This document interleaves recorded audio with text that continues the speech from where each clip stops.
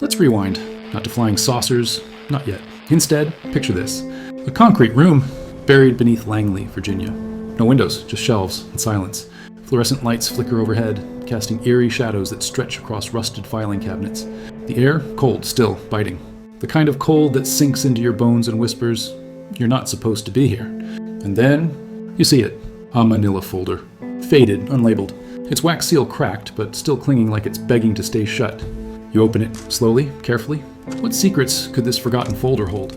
Inside, a grainy aerial photo, a set of coordinates, a typed memo with one phrase underlined in red. S4 activity, unauthorized.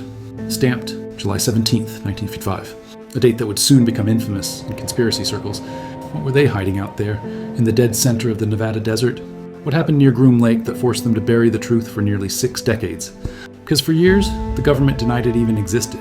Not the file, not the base, nothing. Then in 2013, they slipped. Buried in a Freedom of Information dump, the CIA finally admitted, Area 51 is real, just not what we think. No press release, no dramatic reveal. Just a quiet PDF upload on a government website. A single footnote in history that confirmed what millions already suspected, but left far more questions than answers. Because if it was all just aircraft testing, why the decades of silence? Why the sealed memos, the blurred documents, the buried names?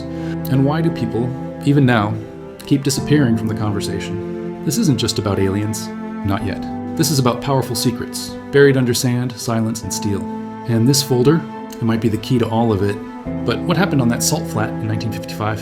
And why did they never want us to find out? Next, we go to the beginning, to the Cold War, to Groom Lake, to the moment Area 51 was born, and why it was never meant to be spoken of again. Welcome to the curse of knowledge.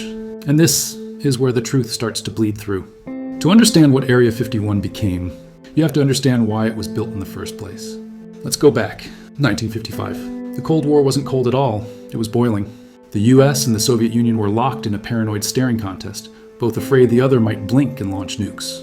So the CIA had a problem. They needed a plane that could fly higher than radar could reach, photograph Soviet missile sites, and vanish before anyone noticed. That plane would become the U-2 spy plane. But they couldn't just build it in some factory in California. They needed a place no one could find. No press, no satellite eyes, no curious hikers. That place? A dried up salt bed in the Nevada desert called Groom Lake. Groom Lake wasn't even on official maps. There were no roads, no buildings, just flat white nothingness surrounded by jagged mountain ranges. And to the CIA, that wasn't a flaw, it was perfect. So in absolute secrecy, they built a strip of runway, then a few hangars, then a compound. They called it a water town, not Area 51, not a military base, just a code name. The name Area 51 came later, pulled from an atomic testing map. It was never supposed to mean anything. Just a number, just a line on a grid, but behind that number was something else. Because while the U-2 was being tested, something strange started happening. Pilots began reporting lights in the sky that moved faster than anything they'd ever seen. Crafts that hovered, shifted, disappeared. Locals, ranchers, truckers, miners started whispering about strange sounds at night. Humming, screaming, vibrations that shook the sand. And the military? They didn't deny it. They just told everyone, you saw nothing. Here's where it gets strange. Those U-2 spy planes, they flew at 60,000 feet, twice as high as any commercial plane at the time. So when civilians spotted them, they thought they were seeing UFOs. And the government? They let them believe it. Because aliens were easier to explain than top-secret surveillance tech. In other words, the myth of Area 51 wasn't just allowed, it was created on purpose. But here's the twist. As the U-2 project wrapped, the secrecy didn't. Instead, the base expanded. More hangars, deeper tunnels, new flight paths. They moved from aircraft to reverse engineering. Or at least, that's what some former employees would later claim. And buried in those whispers were names we weren't supposed to know. S4, Dreamland, Site 4A, each one more secretive than the last. So when people say Area 51 is just about spy planes, they're not wrong, but they're not right either. Because once the base was built, it became the perfect hiding place for everything else. Technology no one could explain, objects no one could trace, experiments no one would speak about, not even decades later. And all of that began with a salt flat, a war of shadows, and a project that didn't officially exist. By the 1980s, Area 51 wasn't just a black site, it had become a myth, a blank space on the map where truth twisted into legend. And then came the man who changed everything, Bob Lazar. In 1989, he went on Las Vegas television, face blurred, voice altered, and claimed he had worked at a facility near Area 51, a place called S4, a hidden installation burrowed into the side of a mountain, south of Groom Lake. What was he doing there? Reverse engineering alien spacecraft. Yeah, that's what he said.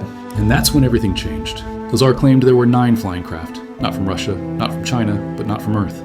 He described one that looked like a sports model, smooth, metallic, no seams, no bolts. He talked about Element 115, a then unknown material supposedly used to power the gravity drive. And he didn't just describe how the crafts looked, he detailed how they moved. No propulsion, no exhaust, just silent, precise manipulation of space-time. Sound insane? Sure. But then, things started lining up. Lazar named specific gate checkpoints that didn't appear on any maps, later confirmed. He described test flights happening on Wednesday nights. Multiple locals reported seeing strange lights in the sky those same nights. He showed locations and road paths that shouldn't have been visible unless you'd been inside. Even now, people argue about whether he's lying. But here's the weird part. No one's ever proven his story false, and no one's ever proven it true. He just exists in the middle, which, for a place like Area 51, might be the most believable thing of all. But Lazar wasn't the only one. Colonel Philip Corso, a decorated Army officer, claimed that in the 1960s he helped distribute alien technology recovered from Roswell into American defense contractors. Night vision, Kevlar, fiber optics. He claimed it all came from reverse-engineered materials stored where? You guessed it, Nevada. And beyond that, even beyond the names, there were the files. Hundreds of pages, some leaked, some declassified, most heavily redacted. Pages filled with phrases like unidentified aerial phenomenon observed at 500 hours. Technological capabilities beyond scope of known engineering. No human remains found. Some of these came from Project Blue Book, some from Majestic 12, a shadowy committee that may or may not have existed. And some, no origin at all.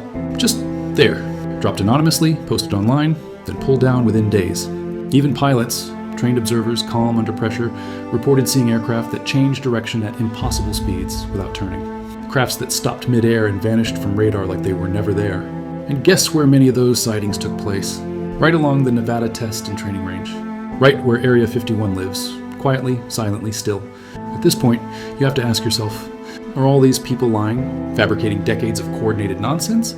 Or is it possible they all saw something? And if so, why hasn't it ever been explained? Why are entire pages of government documents still blacked out in 2025? What are we not supposed to see?